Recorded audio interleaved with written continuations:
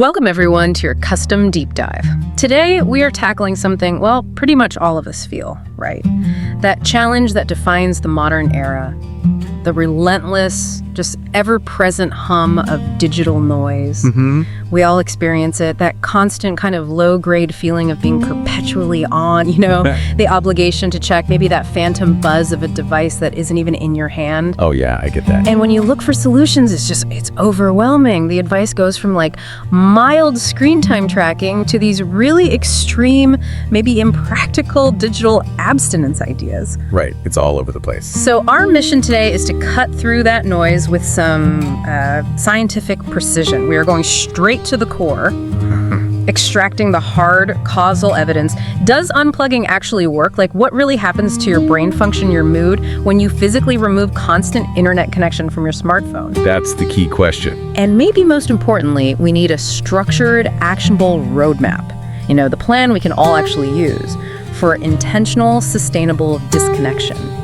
We are hunting for knowledge that translates directly into a better daily experience for you. That is precisely the aim. And we've compiled, a really fascinating stack of sources for this deep dive. At the foundation, we've got this large-scale randomized controlled trial. It was published in a top academic journal, and it objectively tracked what happened when people had their mobile internet blocked for 2 weeks. Okay, so that gives us the causal proof. Exactly, that gives us the does it work part. Then, we've synthesized that powerful data with a really comprehensive 30-day digital detox journal. That gives us the specific step-by-step actions. That how-to. The how-tos, yeah. And finally, we are tapping into the profound, I think, necessary wisdom found within technology addiction recovery programs. Yeah. That offers a framework for, long-term psychic change. Yeah. Not just these temporary fixes. Right, something deeper. The promise here isn't just about, surviving your digital life or mitigating stress. It's about finding the scientifically proven path to measurably improving your sustained attention, boosting your overall mental fitness, and genuinely enhancing your subjective well-being. Wow. Simply by changing a few fundamental digital habits. We aim to show you exactly how to regain control of your focus and, importantly, your free time. Okay, so let's start by setting the scene. Let's quantify this status quo, because I think we've completely normalized our dependence on these devices. And the resulting numbers, well, they should genuinely shock us. We know that 90% of American adults own a smartphone. That's huge. It's almost everyone. But what do they do with it, practically speaking? How much time are we talking? Well, they spend their waking lives on it, frankly. The average user spends about 4.6 hours per day glued to their device. 4.5 hours. Yeah, and if you look at the heaviest users, some comprehensive surveys push that number even higher, up to 7 hours and 4 minutes daily. 7 hours. Think about that. To truly grasp that scale, for a significant chunk of the population, that's equivalent to a full-time, 35-hour-a-week job. Wow. Devoted solely to staring at a screen for non-essential use. Yeah. Just the time displacement alone is massive. Think what else you could do with that time. And what's often the most, pervasive and damning fact is the cognitive dissonance we live with. Deep down, we know this is problematic behavior, don't we? I think so, yeah. Half of American smartphone users worry that they use their device too much. And that anxiety is even more concentrated among younger demographics, right? It jumps to over 4 out of 5, 80% of users under 30. 80%. We are living in this chronic state of digital guilt. And that guilt is often justified because the device itself, it's not a neutral tool, is it? Smartphones and the apps they run are specifically engineered. They use sophisticated behavioral science principles to foster compulsion, if not, outright addiction. Think specifically about social media. It relies on that variable reinforcement schedule, that unpredictable cycle of craving and instant but inconsistent gratification. It operates exactly like a slot machine, doesn't it? Pretty much, yeah. You pull the lever, you refresh the feed, and you don't know if you'll get a jackpot, like a comment, a notification, a like, or nothing. And that uncertainty is the most powerful mechanism for maintaining compulsive behavior. Precisely. When you get that like or comment, it triggers a rush of dopamine, but the brain, it quickly habituates to that predictable rush. It needs the next one and the next one, faster and faster, just to achieve the same level of internal stimulation. So you build a tolerance. You do. This constant stimulation is incredibly draining. Our sources describe this chronic chase for the next hit as hijacking the brain's natural dopamine system. It reinforces compulsive behavior and fosters this deep restlessness, which ultimately reduces our capacity to truly enjoy the everyday natural pleasures that require, patience and presence, things that don't give you that instant hit. Okay, so beyond the neurological hijack, we need to address the productivity myth. Because so many people, especially in professional settings, convince themselves that constant connectivity is essential for work. But the cognitive cost seems immense. Oh, the evidence on this is overwhelming and clear. Constant digital engagement encourages media multitasking, which is frankly a misnomer. Research consistently shows that switching between tasks actually leads to less productivity, not more. Right. The brain incurs massive switch costs. When you stop working on, say, a report to check a text message, your attention doesn't instantly snap back to the report. A residual part of your attention remains stuck on the previous task. So even after I replied to the text, a part of my brain is still kind of tied up processing that message or maybe wondering about the response. Exactly. That residual attention drains your working memory. It reduces your ability to perform complex, attention-demanding tasks. Studies even show that just the mere presence of the device consumes cognitive resources. Even if it's off. Even if it's off, yeah. Simply having your phone present and visible, even powered off, can impair sustained attention and working memory because part of your brain is actively working to suppress the urge to check it. Wow. This drains our attention spans, and critically, it messes with our memory consolidation, how we form long-term memories. That's a massive hidden tax on our intelligence, isn't it? And the emotional and psychological price we pay for this constant availability, well, it seems to correlate really strongly with negative mental health outcomes. It does. Heavy use is linked to an increased risk of mental health issues, poorer self-regulation, anxiety, depression, and just plain emotional fatigue. Correlational research strongly suggests that higher smartphone use is negatively related to overall mental health and subjective well-being, or SWB. SWB, subjective well-being. Yeah. We are constantly comparing ourselves to these curated digital realities, which leads to feelings of inadequacy, dissatisfaction, and heightened levels of social anxiety, which in turn fuels the need to check back in. It's a vicious cycle. It's a self-perpetuating cycle of misery, really. I think one of the most surprising and honestly kind of painful costs we found in the source material was the relational one, specifically that study on phubbing, phone snubbing. Yes. It's like this micro betrayal that happens dozens of times a day. It's a silent destroyer of intimacy, truly. Digital addiction significantly reduces marital satisfaction, and the quality of conversation diminishes dramatically, even when the phone is just flipped upside down on a restaurant table. Even flipped over? Why? Well, the researchers found that when digital screens are visible, even inert, they signal a competing attentional commitment. The person across from you gets this non-verbal sense that maybe you don't really care about, that you might be pulled away at any moment. Right. This diminishes the sense of true connection and validation between people. That physical, flipped-over phone is still a barrier, signaling potential interruption. Okay, and finally, we cannot overlook the serious physical toll that this level of connectivity takes on our bodies. Our actual physical health. No, we can't. Excessive screen time leads directly to physical health consequences like poor posture, chronic neck pain, neck-eye fatigue, and maybe most detrimentally, sleep disturbances. Sleep. Yes. The core mechanism here is biological. The blue light emitted from screens suppresses the production of melatonin. That's the crucial hormone responsible for signaling to your body that it is time to wind down and regulate sleep cycles. So if I'm scrolling through Instagram or reading news right before I turn off the light, I'm actively telling my brain, nope, stay awake, even if I feel tired. Exactly that. Using social media right before bed makes it even worse. It keeps the mind racing, heightens stress, and it interferes with the body's natural ability to shift into rest mode. This disrupts the circadian rhythms, those natural 24-hour cycles we desperately need for restful, restorative sleep and optimal alertness during the day. The physical cost of always being on is just chronic, low-level exhaustion for so many people. Okay, so we've established that constant connection is costly. It leads to cognitive fragmentation, emotional distress, relationship issues, physical problems. But, as we always emphasize on this deep dive, correlation isn't causation. Right. That's the critical distinction. Does actively removing the technology cause measurable improvement in brain function and mood? That is the profound question the Oxford academic study tackled, and this is where the hard causal evidence truly begins to, well, reshape our understanding. It really does. This was a rigorous, month-long, randomized controlled trial. They had 467 iPhone users. And the design was brilliant because they understood the problem wasn't just the physical device itself, it was the constant connection it provides. Okay, let's focus on the specifics of the intervention, because this wasn't about relying on willpower, was it? Like, just use it less. No, not at all. It was a forced, objective constraint. Yeah. They use a mobile app called Freedom to objectively block all mobile internet access. That includes both Wi-Fi and mobile data for 2 continuous weeks in the intervention group. Wow, okay. All mobile internet. All of it. This action effectively turned the modern smartphone into a dumb phone. Crucially, participants could still make calls, send texts, and, importantly, access the internet via desktop computers or tablets. Ah, okay. The point was to isolate the effect of constant, immediate connection right there in the palm of your hand. And critically, they objectively tracked compliance. So the results weren't based on people just saying, oh yeah, I used it less.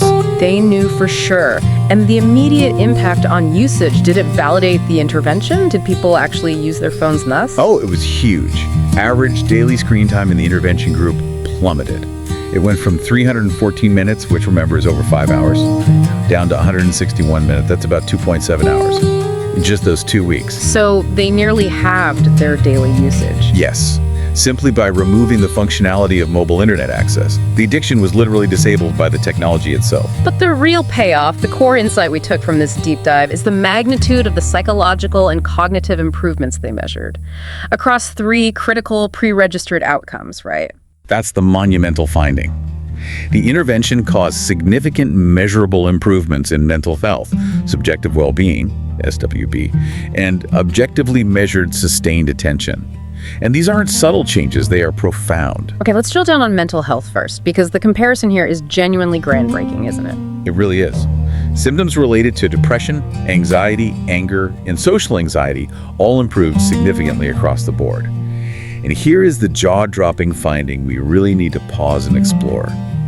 The observed effect size on depression symptoms was statistically larger than the meta-analytic effect of antidepressants. Wait, larger than antidepressants? And similar in magnitude to the effects seen with cognitive behavioral therapy, CBT. Okay, let's just unpack that for a moment. This wasn't a clinical trial designed specifically to treat depression, right? Oh, not at all. General population sample.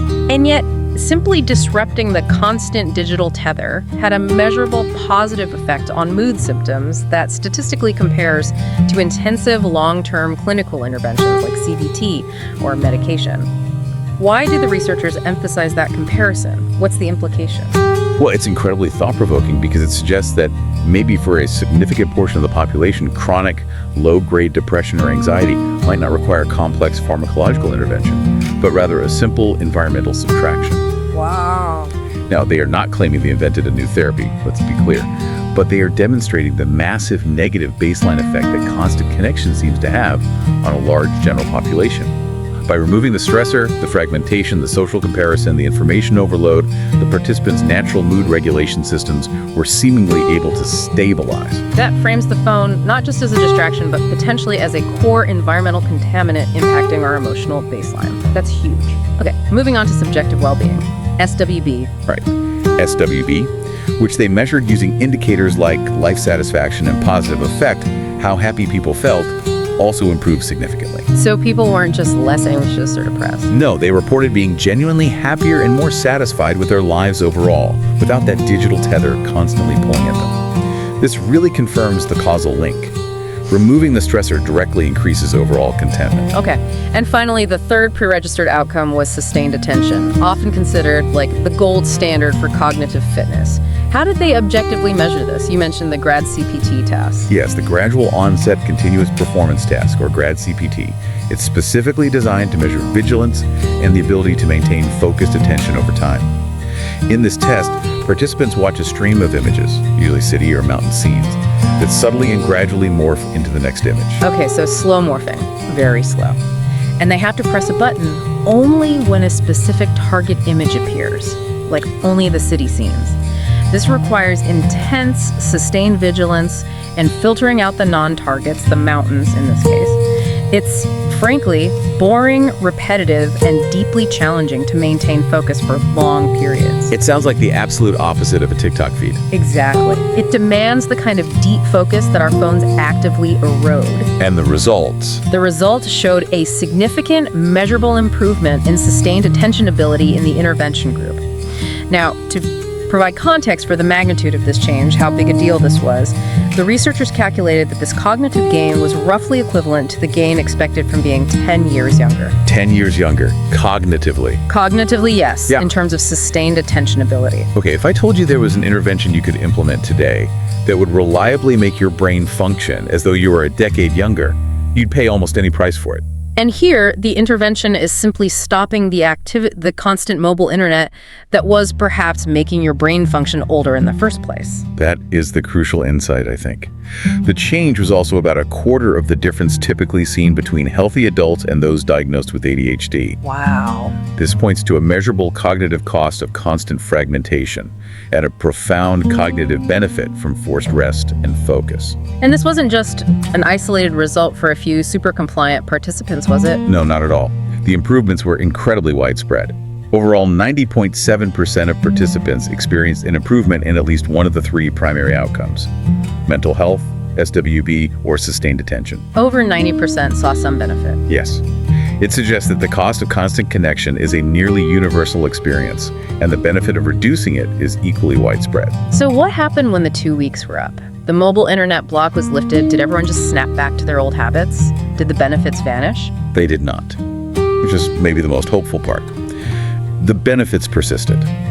Mental health and SWB remained significantly higher 4 weeks after the intervention ended. 4 weeks later, still better. Still significantly better than baseline. The researchers attributed this partially to the fact that screen time did not fully rebound to baseline levels.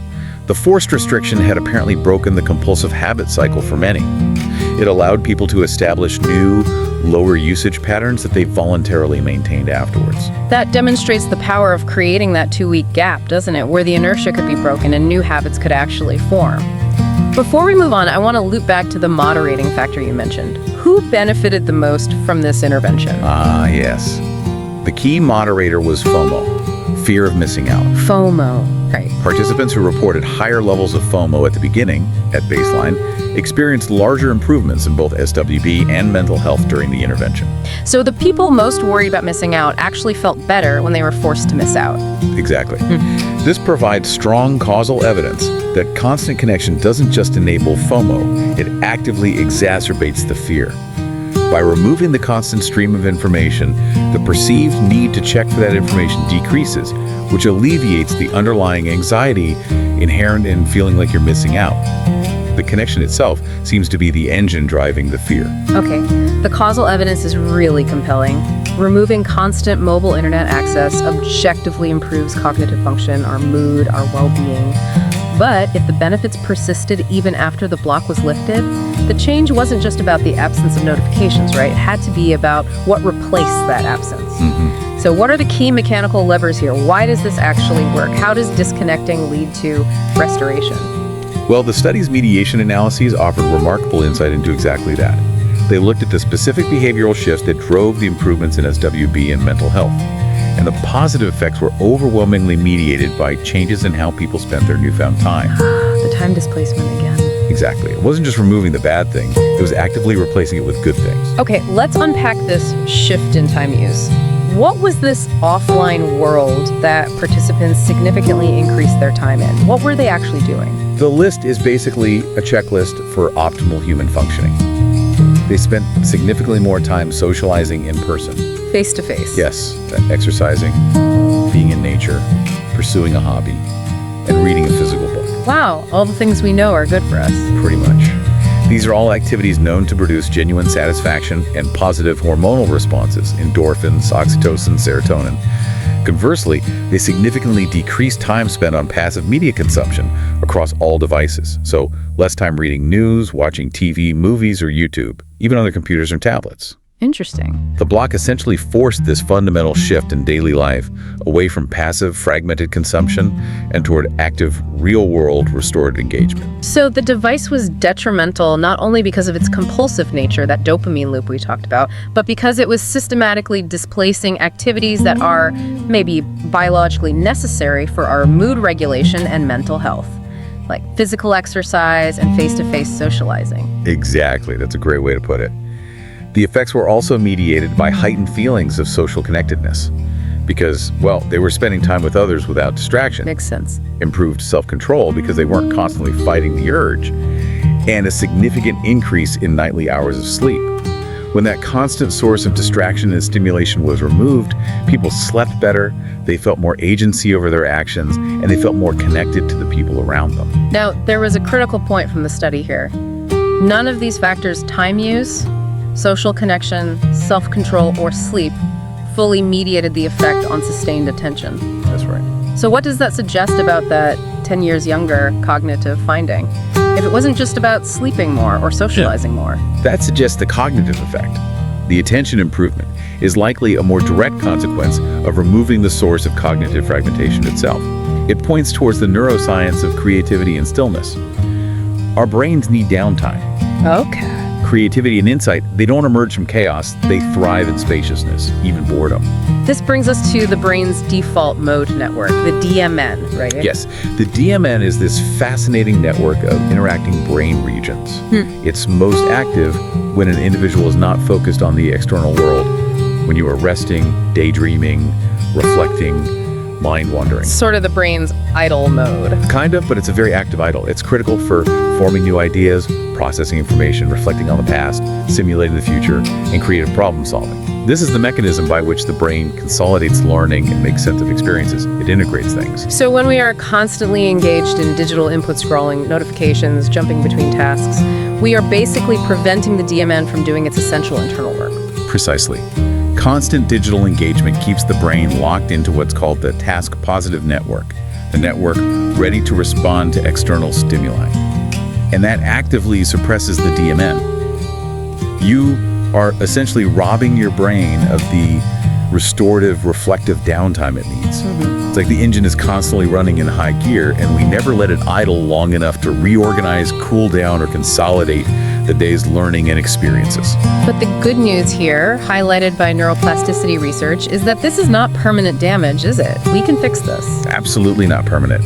The brain is incredibly adaptable.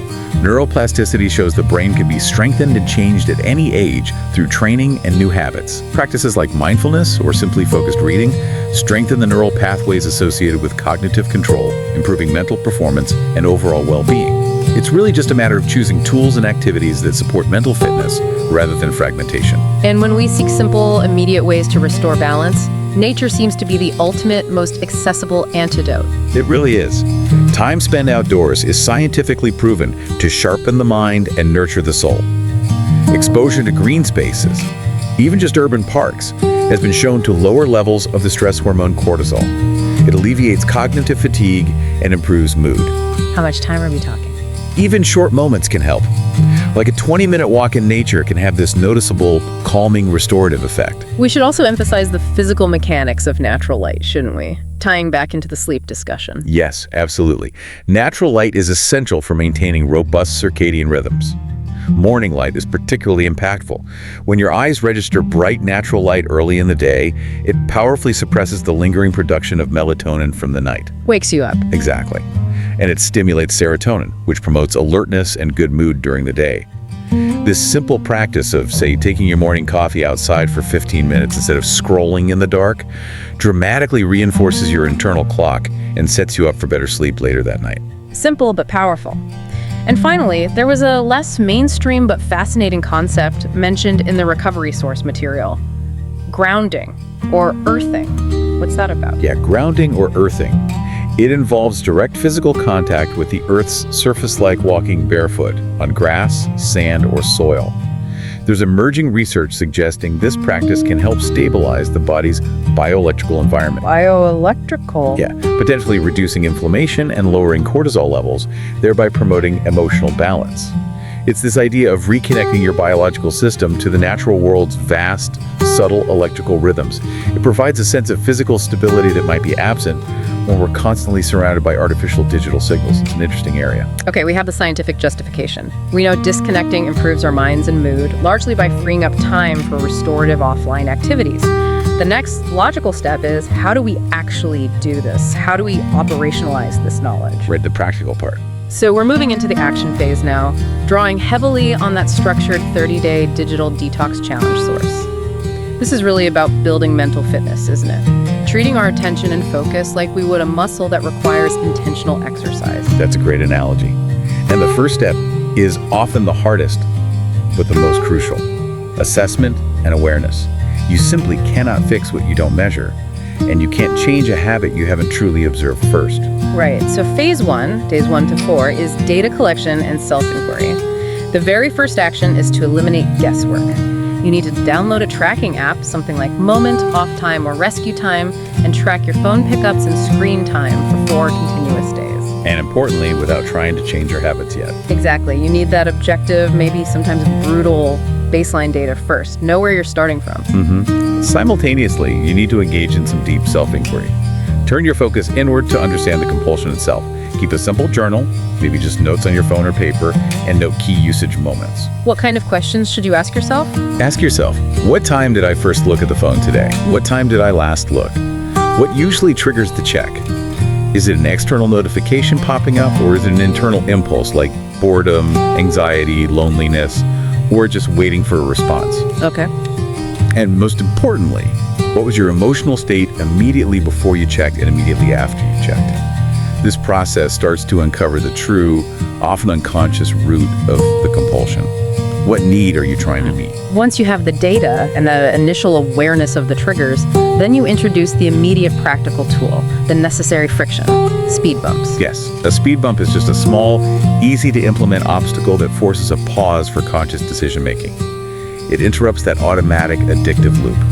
The technique is, before you pick up your phone, regardless of how urgent it feels, you must verbally or mentally ask yourself 3 questions. What for? Why now? What else? Okay, let's run a quick scenario. I'm standing in the grocery line, I'm bored, waiting, my hand automatically reaches for my phone. Okay, stop. Ask. What for? To scroll Twitter, check emails, because I'm bored, I feel restless, I want a distraction. What else? What else could you do right now? I could observe the people around me. I could practice some deep breathing, make a mental grocery list for next week, or just stand here and be bored for a minute. Right, and even if you ultimately decide, okay, I'm still going to check Twitter, you've forced a moment of intentionality.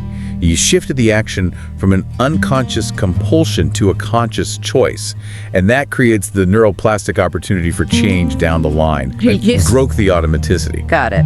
Okay, so phase 2, days 5-14, is about building boundaries and environmental control. Because willpower is finite, right? Environmental engineering is more permanent. We need to stop relying just on internal resistance and start setting up our environment for success. Absolutely. Your environment shapes your behavior much more than you think. The first step here is aggressive app hygiene. App hygiene, what does that involve? Start by deleting social media apps like Instagram, TikTok, Facebook from your phone entirely. Just take them off. Whoa, okay, delete them. Delete them. If you genuinely must use them for professional or maybe essential family reasons, access them via a web browser instead.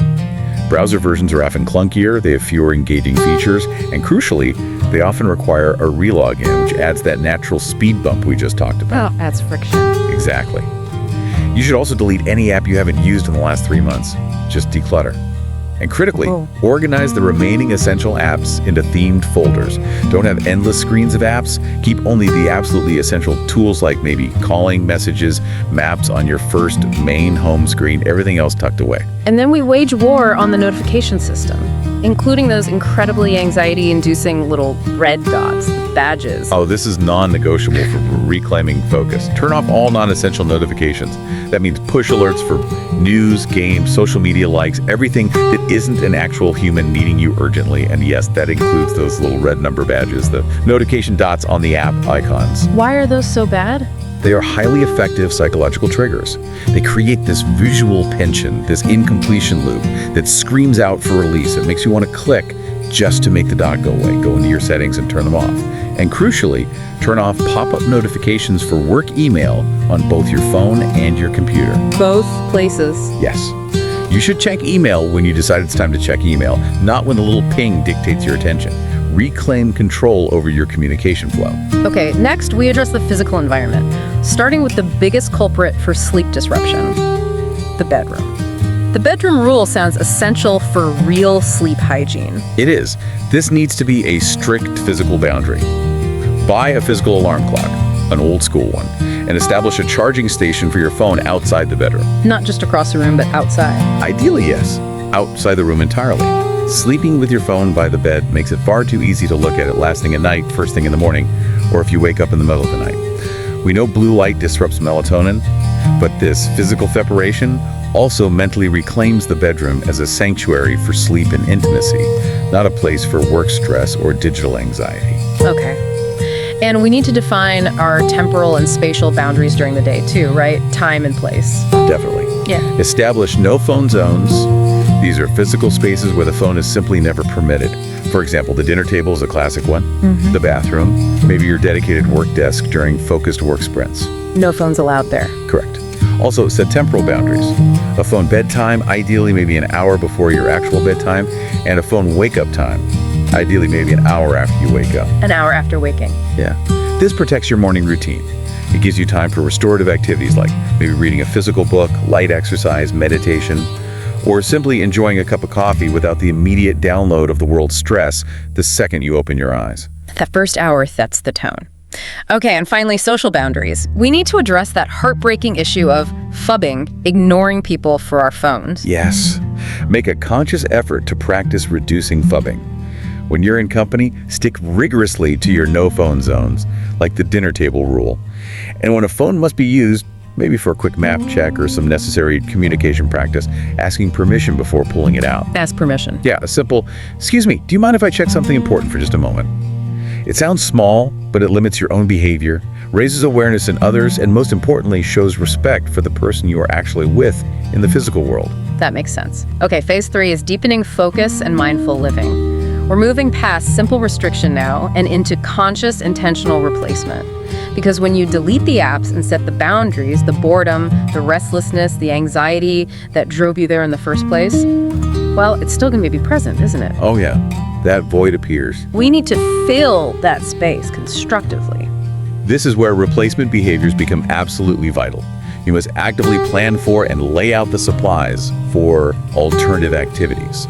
The psychological drive to fill a vacuum is incredibly strong. So make the good choice the easy choice. Exactly. If you want to read a physical book before bed, put it on your nightstand where the phone used to charge. If you want to exercise in the morning, lay out your gym clothes the night before.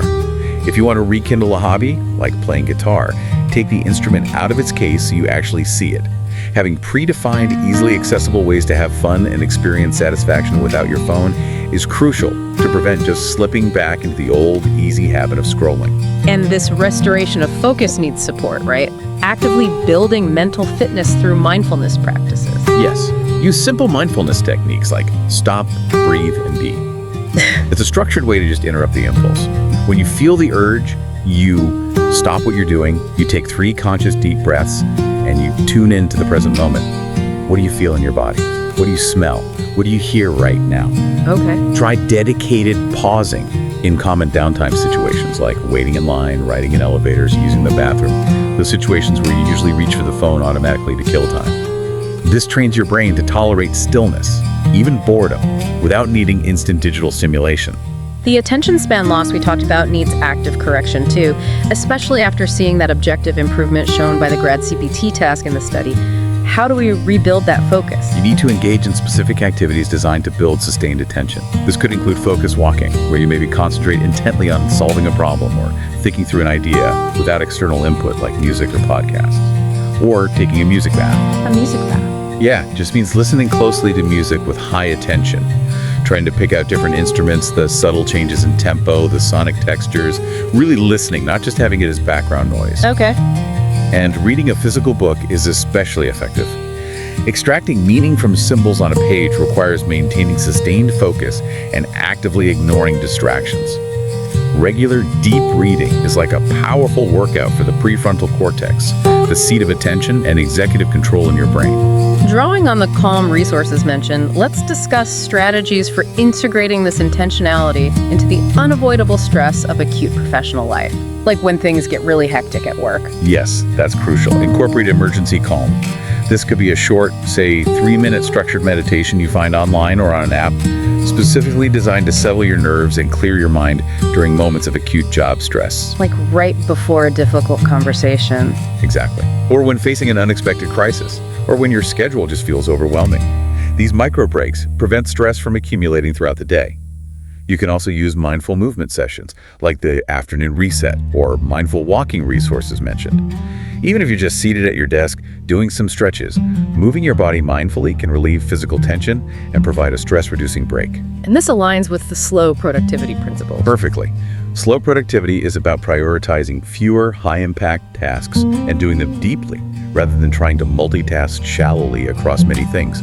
It involves building intentional pauses into the day for deep, focused work, rather than constantly reacting to every digital ping and notification. It's about working smarter, not just faster or more frantically. Okay, we need to be really honest here about the reality of removing a compulsive behavior, especially one that delivers a chemical reward like dopamine hits from our phones. This transition isn't just about managing inconvenience. For many people, it involves a period of genuine withdrawal, particularly when abstaining from really self-destructive internet use patterns. We need to prepare our listeners for this possibility. That's absolutely right. It's crucial to acknowledge this. The journey through withdrawal can be difficult, but importantly, it is finite. It generally starts to subside after 2 to 3 months of consistent effort. Recovery philosophy often states that addiction expresses itself in a threefold manner: physical, mental, emotional, and spiritual. And so the withdrawal experience will likely reflect this comprehensive shock to the system. Okay, let's look at the symptoms then. What should someone potentially expect, physically and mentally, as their body and mind adjust to less digital stimulation? Physically, people often experience symptoms like unusual exhaustion, or maybe insomnia, erratic sleep patterns. Tension headaches are common, body aches, things which the screen may have previously numbed or distracted them from feeling. Right. There might also be intense hunger or an urge for other compulsive behaviors as the body tries to fill that inner emptiness with something else: food, caffeine, shopping, other substances. The key mandate here really has to be radical self-care. Prioritize rest, hydrate aggressively, perform basic acts of self-love, like just taking a shower, getting dressed, or stepping outside for fresh air. Be kind to your body. And the mental adjustment, that can be even more severe, can it? It often is, mentally and emotionally. The mind, which has been long accustomed to maybe deadening itself with instant shallow input, will often feel as though it's submerged in a fog. People report a painful awareness of an inability to concentrate or difficulty with memory recall. Brain fog. Exactly, brain fog. People often experience waves of negative self-talk, intense sadness, maybe grief over the loss of their primary coping mechanism, sometimes despair, intense boredom, or spikes in anxiety. It is absolutely vital to remember during this phase that these negative thoughts and feelings are symptoms of the underlying imbalance being corrected.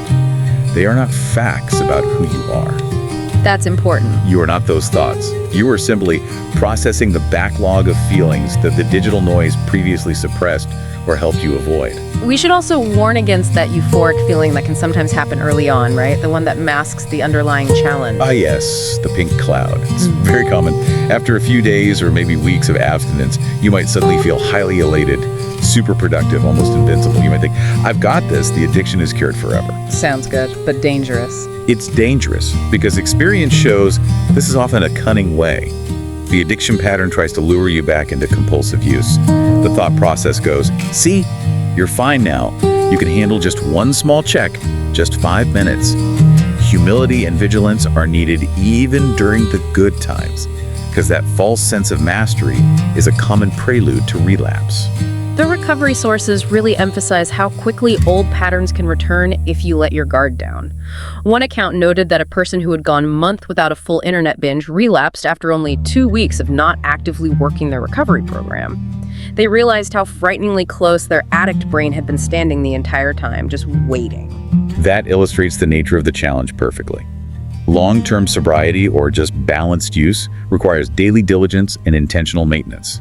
Relapse triggers can be subtle. They can be internal dialogues, that familiar little voice saying, oh, I could just watch this one program and then stop. Or they can be external life stressors or even physical pain that the screen previously numbed. So what are the practical tools for navigating these intense cravings when they arise, and for ensuring long-term maintenance of healthier habits? A core recovery tool, really useful for anyone, is called urge surfing.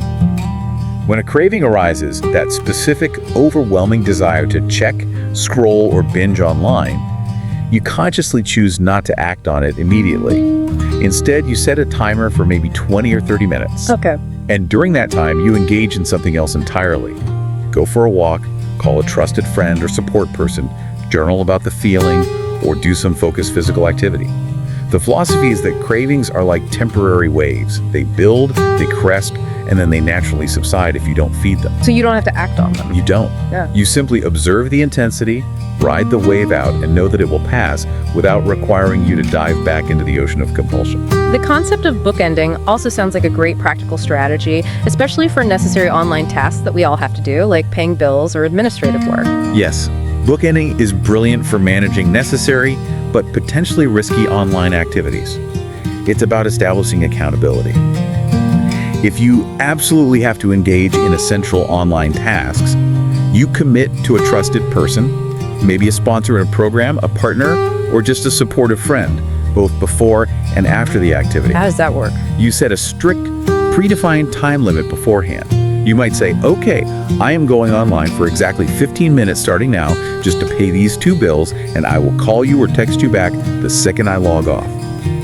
This controls the window of vulnerability and makes you accountable for sticking to the plan. That creates structure. And we should clarify the meaning of the spiritual aspect of recovery mentioned in the sources, because that term can be interpreted broadly, right? It doesn't necessarily mean religion. Not at all.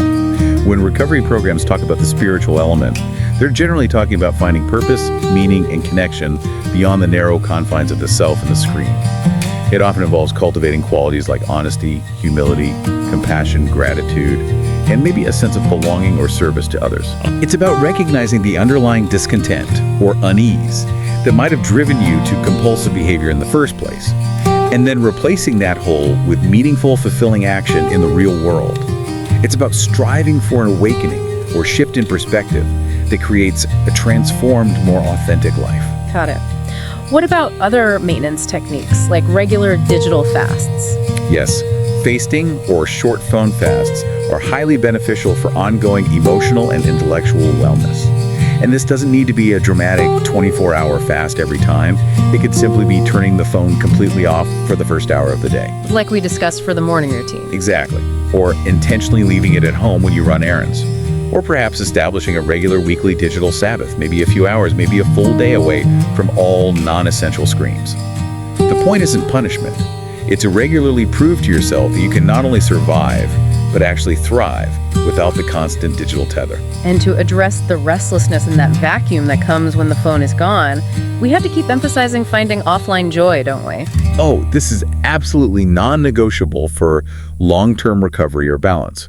If we don't have predefined, readily available ways to experience genuine, deep satisfaction without our phones, activities like walking outdoors, pursuing hobbies that use your hands, spending quality time with pets, playing a musical instrument, connecting with loved ones, we will inevitably slip back into the path of least resistance, which is often the screen. Right. You have to actively transform the life you are returning to when you put the phone down. Make it richer, more engaging, and more appealing than the digital fantasy world. So for someone who is diligently applying these strategies, working through the phases, when can they expect the mental fog to start lifting? When does that feeling of momentum take over? Well, everyone's timeline is definitely different, but withdrawal symptoms typically begin to stabilize and noticeably subside after about 2 to 3 months of consistent effort and abstinence from the problematic behavior. And what are the signs of progress? How do you know it's working? The signs of progress are usually clear and feel deeply rewarding. Things like experiencing greater peace and moments of genuine joy, a reliable ability to bypass temptations without a huge internal struggle, dramatically improved concentration and memory retention, the lifting of that pervasive mental fog and anxiety, and finding real, unfragmented pleasure in offline activities again. Eventually, the addictive activities that once consumed you might begin to appear sort of senseless or just unappealing. That sounds like real freedom. It is. Ultimately, the commitment is to ongoing humility and diligence. The goal isn't merely to be a dry drunk, as they say in some recovery circles, someone who just stops the behavior but doesn't do the internal house cleaning, remaining irritable and discontent. Right, white-knuckling it. Exactly. The deeper goal is to work toward true psychic change and maybe spiritual growth that creates a transformed life, gaining back one's authentic, precious self, feeling sober, sane, and present in your own life. It's really about stopping the running and finally facing and hopefully embracing your true grounded self. Hashtag tag outro way. Wow. This has been a really critical deep dive, I think. We've successfully bridged hard science with practical behavioral strategy and, importantly, that deep recovery wisdom. The scientific case for intentional disconnection is now crystal clear, isn't it? I think the evidence is very strong. Blocking mobile internet for just 2 weeks objectively and significantly improved sustained attention and mental health, with effects on depression symptoms comparable to major therapeutic interventions. That's astounding. We are talking about potentially reclaiming cognitive energy equivalent to being a decade younger in focus. Yeah, that analogy really sticks. And the key takeaway from the research is that this profound positive change is fundamentally mediated by that simple shift in time use. It's what you do at the time. Right. When the digital noise is silenced, you reclaim that energy and time to socialize in person, exercise, pursue hobbies, connect with nature, and simply rest, allowing your default mode network to do its job. Consolidate learning, foster creativity, process experiences. Intentionality and environmental boundaries really seem to be the cure for the high cost of constant connection. The roadmap we've detailed today is extensive, covering everything from those psychological speed bumps and aggressive app hygiene Like deleting those apps. to the physical boundaries, like the essential bedroom rule. And for those facing the genuine challenge of withdrawal, the recovery wisdom provides that crucial structure for long-term maintenance. Identify your personal boundaries, use tools like urge surfing and bookending. And crucially, intentionally find and cultivate offline joy. You need positive replacements. Yes, and technology is advancing faster than our understanding of its consequences, isn't it? Constant connection clearly has a significant measurable cost to our attention, our mental health, our relationships. It does. But the antidote doesn't require drastic isolation or becoming a Luddite. It just requires intentional choices and sustainable boundaries. The clarity, the balance, the stronger relationships that come from disconnecting far outweigh the fear of missing out, according to the evidence. The real challenge is not to abandon technology, but to master our relationship with it. So, you, the listener, now have the science and the comprehensive roadmap. If blocking mobile internet for just 2 weeks can yield cognitive benefits equivalent to being a decade younger, think about that. What intentional, small digital boundary can you set today? Maybe a phone bedtime tonight, a no-phone zone during dinner tomorrow, or maybe just a committed 20-minute phone fast during your lunch break. Start small. Start small to reclaim that precious attention and energy for the relationships, the work, and the focus that truly align with your deepest goals. We encourage you to start with phase 1. Simply measure your baseline. See where you stand. Knowledge is power.